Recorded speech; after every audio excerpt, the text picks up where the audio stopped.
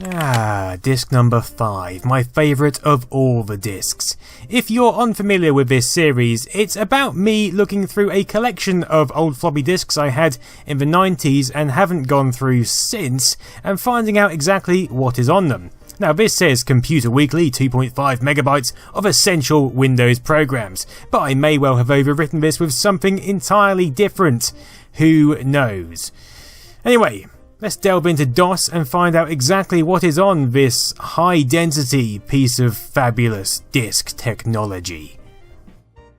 So here we are in DOS, and I've put the disk onto a directory on the C drive. I don't know about you, but I feel very much at home in DOS. Gives me a nice warm fuzzy feeling of glee.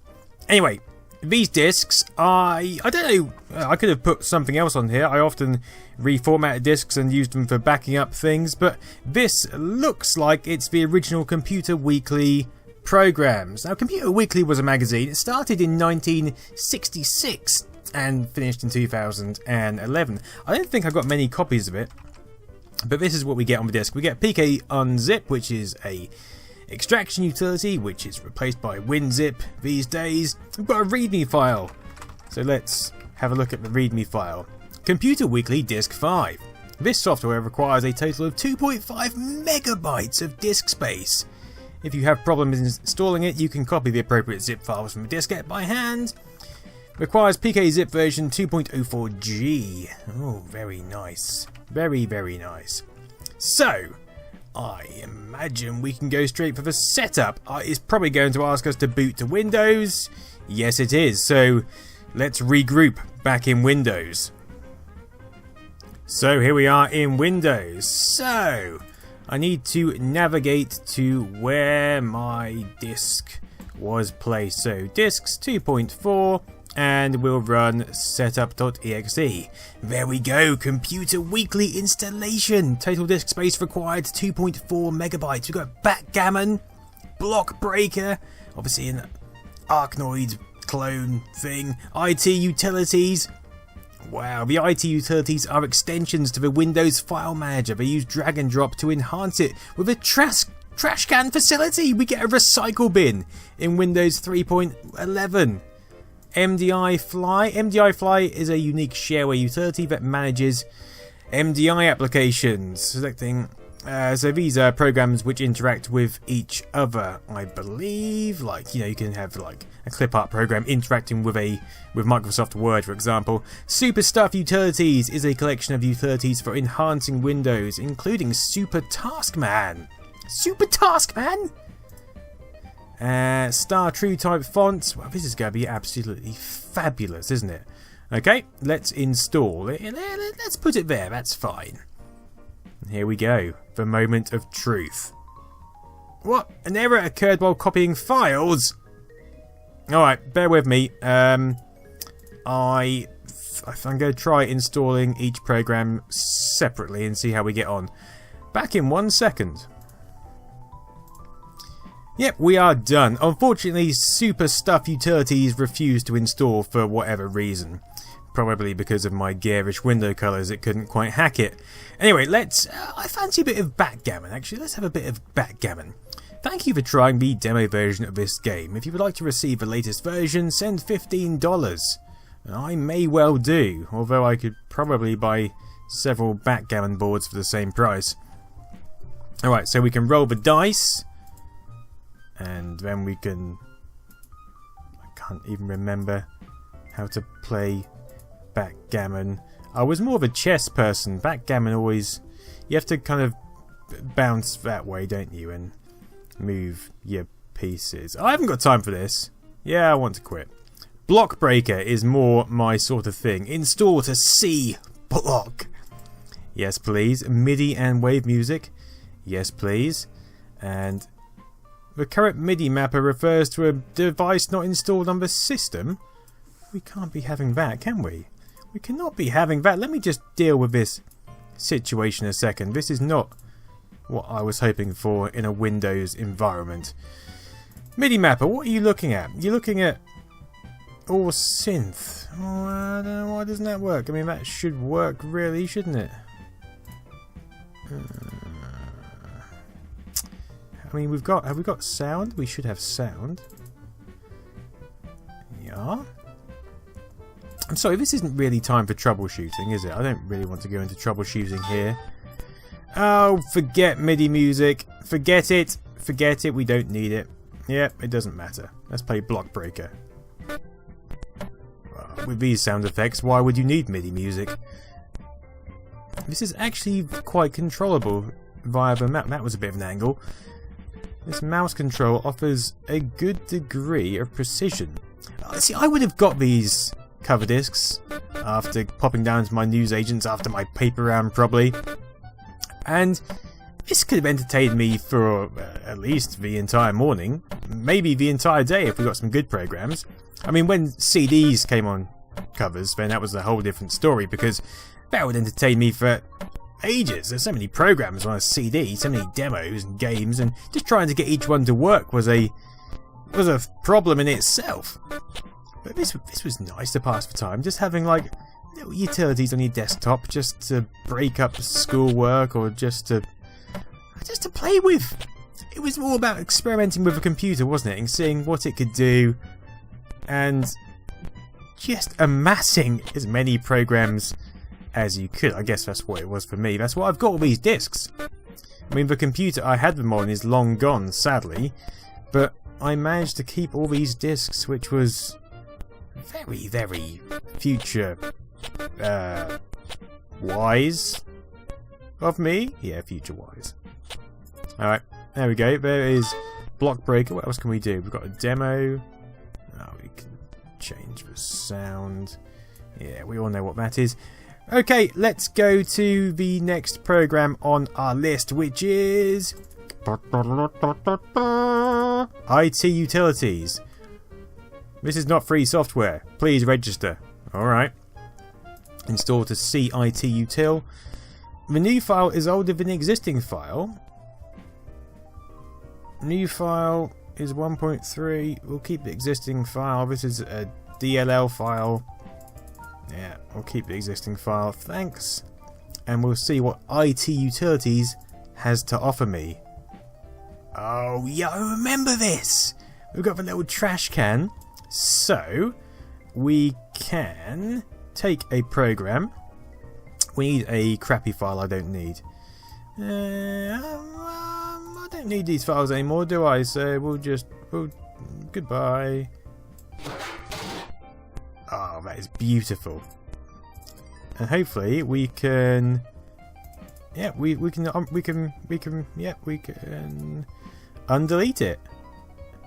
Pop. There it goes, back up there. View it. We've got a viewing program, so if I dump readme.txt down here.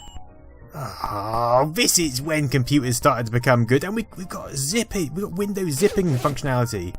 There we go. Zip it into a file. Oh, what? Path to pkzip.exe. Oh, we have to give it pkzip and pkunzip in the options. We can do that. We can do that. But I mean, do we need to? I think pkzip is in my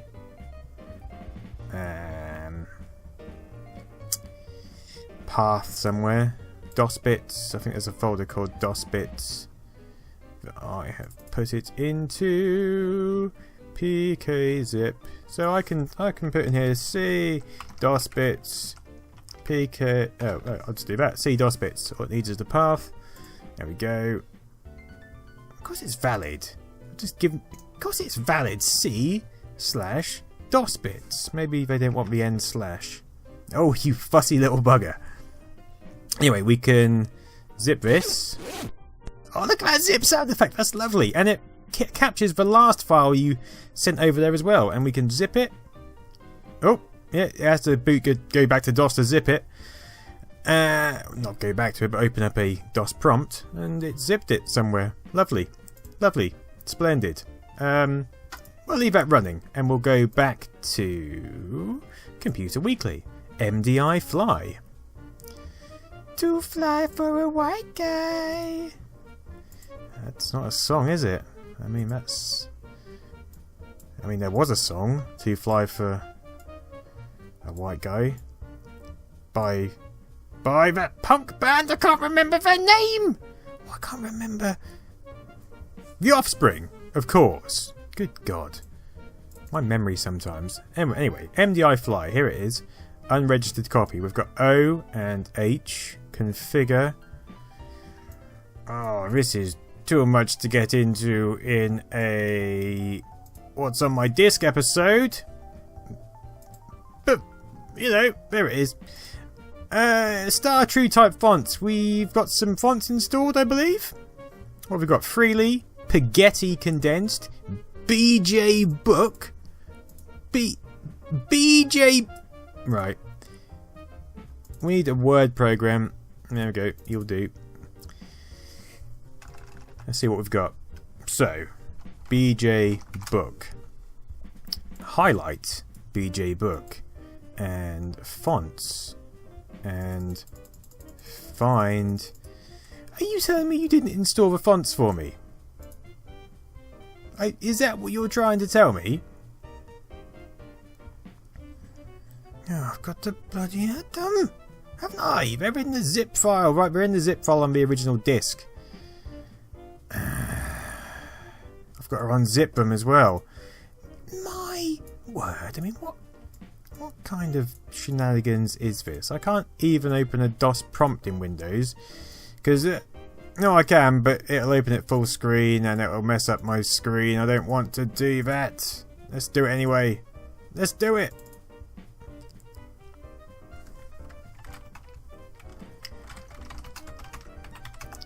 Alright, here we are. CD 2.1 PK set path equals C DOS bits. Need to set the path to it. PK on zip star fs.zip. Boom. No. Okay, there you go, job done. I have unzipped them and now I need to install them. So we go to here, we go to font, and we go to add, and then we navigate using this tiny little navigation box over here, which is upsettingly small. Ooh, had that one before. Select all, and bosh, there we go. We've installed all the fonts into Windows. Then we can come back here, and then we can go to font, and we can select BJ Book. Oh, it's a nice font, isn't it? Look at that. Look at that. What other fonts did we get? We've got BJ Book. We've got Spaghetti Condensed. I want to take a look at Spaghetti. Let's look at Diped. Diped's nice. I remember using this one. I used this in schoolwork of all things. Look at that. That is possibly the most unsuitable font to use in schoolwork. But I used it, baby. Alright, fonts. What else do we have? Spaghetti. Oh, that's nice, isn't it? That is nice. I like that. And also we have State Shadow. These are nice fonts. These would have been really nice to get your hands on in the 90s when things were limited, and I used to print on my Panasonic KXP 1181 printer, which was one of the noisiest dot matrix printers ever conceived, but I loved it to pieces. It had a silent mode on it. The silent mode wasn't any less noisy than the normal mode. It was just a lot slower. So you had the same noise, but for a lot longer. It was genius. It's like they did it to stitch people up who couldn't listen to the noise. It's like, oh, screw you. You can listen to the noise, but for twice as long. Anyway, that is all of that Computer Weekly magazine. We like magazines. We like magazines. It's a shame we couldn't get Super Stuff Utilities to work. But I'm not going to go into that now because, you know, it's not essential, is it? This is Windows 3.11. I don't use this for everyday life. And, oh, it could be anything. Anyway, thanks for watching this episode of What Is On My Disc. You may notice I've taken the word hell out of the title, and that's because it's shorter, and because the word hell can offend some people. And although offending people doesn't necessarily bother me. I just took it out. Thanks for watching. See you later. Have a nice day. Goodbye.